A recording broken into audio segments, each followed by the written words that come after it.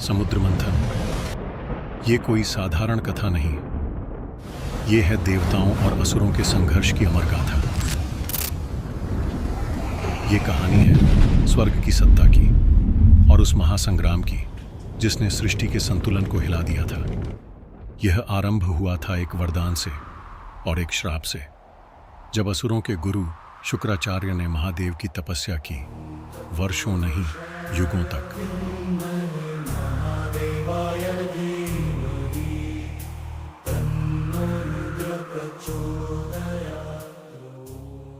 ओम नमः शिवाय महादेव, मुझे दर्शन दो।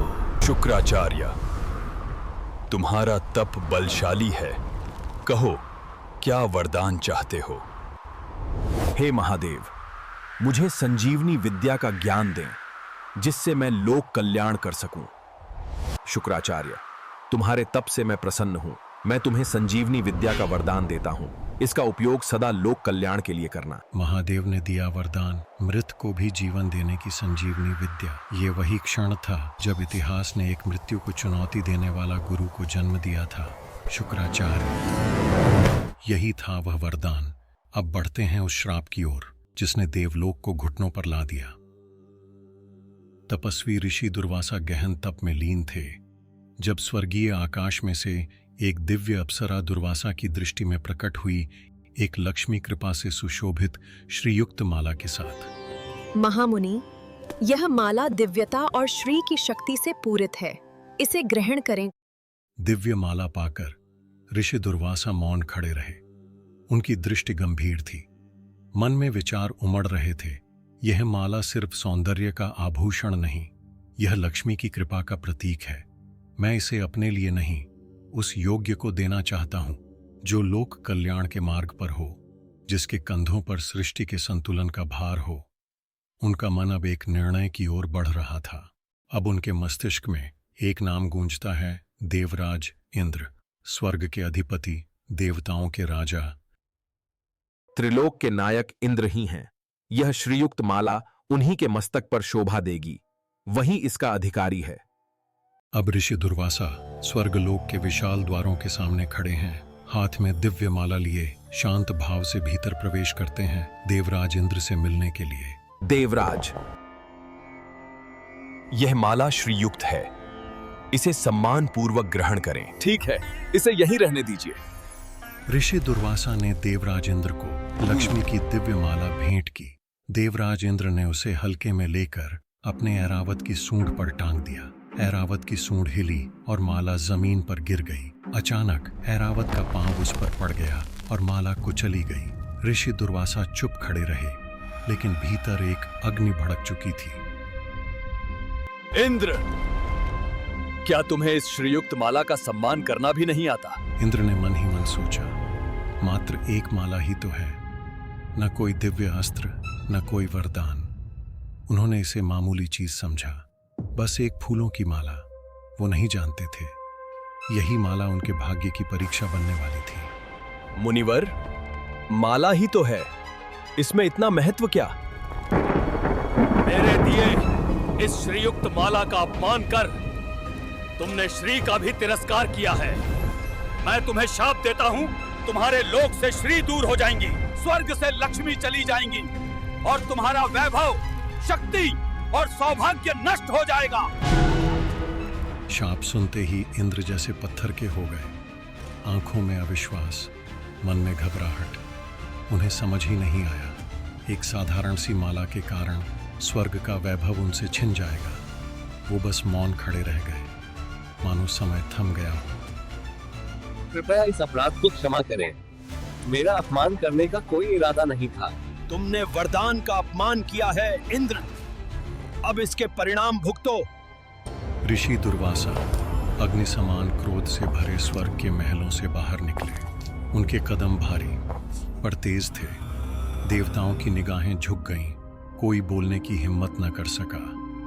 स्वर्ग में सब बदल गया। सुनहरे महल फीके, बाग सूखे, नदियां रुक गईं, आसमान का रंग चला गया, अग्नि की आग बुझ गई, वरुण का पानी घट गया, वायु की हवा भी थम गई। लक्ष्मी मां के बिना देवताओं की शक्ति खो रही थी।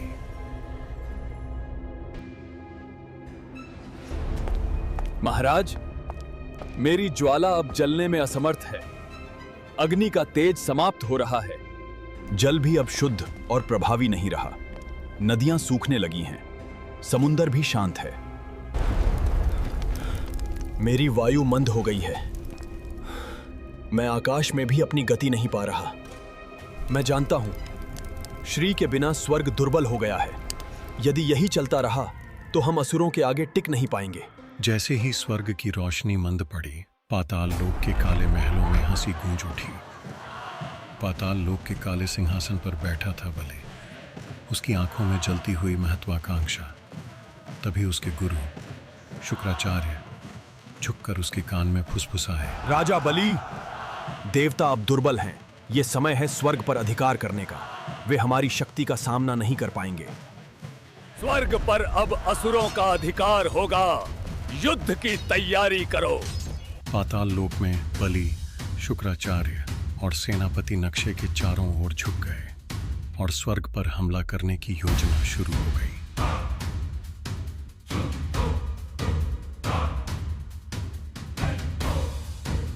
कुछ ही पलों में फैसला कर लिया गया कि स्वर्ग पर कैसे हमला होगा।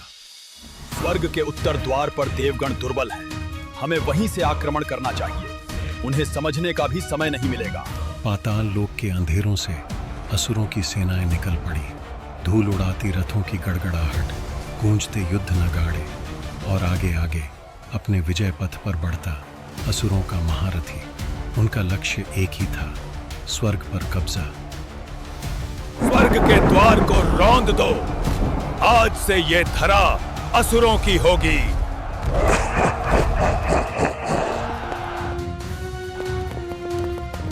महाराज, हम पर हमला हो गया है। असुर स्वर्ग के दरवाजे तक पहुंच गए हैं। देवताओं की घबराई हुई बातें सुनते ही इंद्र का चेहरा क्षण भर के लिए ठिठक गया।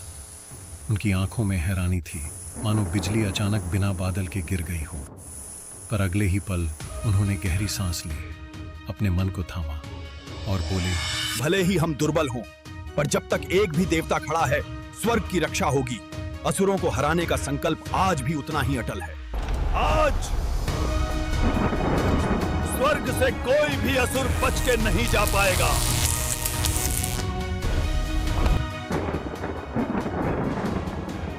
देवताओं और असुरों के बीच भयंकर युद्ध छिड़ चुका था। युद्ध भूमि में इंद्र अपना पहला अस्त्र चलाते हैं, जिससे असुरों की सेना पल भर में धराशायी हो जाती है।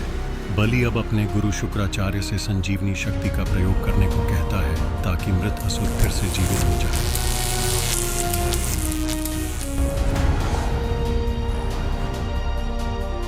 ये कैसे संभव है? शुक्राचार्य ने मृतों को जीवित कर दिया। बलि अब बहुत शक्तिशाली और आत्मविश्वासी महसूस कर रहा था और अब अपने सामर्थ्य पर पूरा यकीन था और हर कदम में वही विश्वास झलक रहा था। कोई ना बचे, स्वर्ग का एक भी प्राणी जीवित न रहे। असुरों की सेना देवताओं की सेना पर पूरी तरह हावी हो चुकी थी। युद्ध भूमि में उनका पराक्रम चारों ओर गूंज रहा था और तभी इंद्र ने असुरों की आगे बढ़ती हुई सेना पर अपना अस्त्र चलाया और कई असुरों को धराशायी कर दिया। ओम अमृताय नमः संजीवाय नमः। देवराज इंद्र स्तब्ध रह गए। जितने भी असुर वे परास्त करते, वे फिर से जीवित होकर खड़े हो जाते।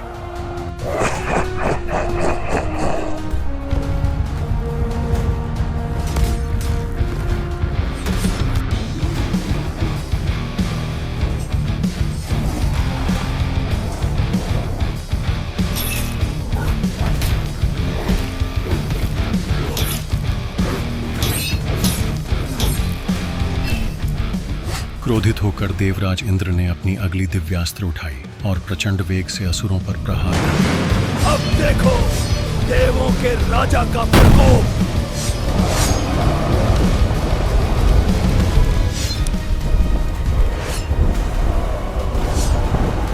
शत्रु अजेय हो गए हैं।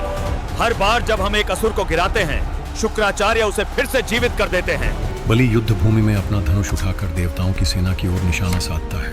ऊंचे आकाश में छोड़ा गया उसका एक तीर अचानक हजारों तीरों में बदल जाता है और वर्षा की तरह बरसते हुए देवताओं की सेना को चीर देता है। अब इंद्र और बलि युद्ध भूमि में आमने सामने खड़े थे। दोनों ने अपने धनुष उठाए और बलि, ये युद्ध तेरे और मेरे बीच है। आज या तो तू गिरेगा या मैं। इंद्र के धनुष से छोड़े गए एक ही वार ने बलि को आघात किया। तीर सीधे उसकी छाती में लगा और बलि लड़खड़ाकर युद्ध भूमि में गिर पड़ा।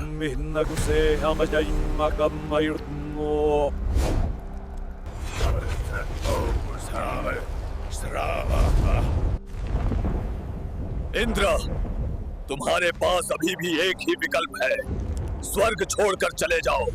देवताओं को अब लगने लगा था कि यह युद्ध कभी खत्म नहीं होगा। वे जितने भी असुरों को मारते, उतनी ही जल्दी शुक्राचार्य संजीवनी मंत्र से उन्हें फिर जीवित कर देते, और यही देवताओं की सबसे बड़ी चिंता बन चुकी थी। हमारे पास अब कोई उपाय नहीं बचा है। हम पीछे हटते हैं। स्वर्ग को आज त्यागना होगा। पीछे हटो, सभी देवगण पीछे हटो। स्वर्ग, स्वर्ग अब असुरों का है। असुरों ने स्वर्ग पर अधिकार कर लिया था और देवता स्वर्ग छोड़कर भाग खड़े हुए। अब देवराज इंद्र बेघर हो चुके हैं। क्या इंद्र फिर से स्वर्ग वापस ले पाएंगे? कहाँ जाएंगे वो अपने सामर्थ्य की खोज में? और अगली लड़ाई में क्या होगा, जानने के लिए देखिए समुद्र मंथन भाग 2। हमारे चैनल को लाइक, शेयर और सब्सक्राइब करना ना भूलें।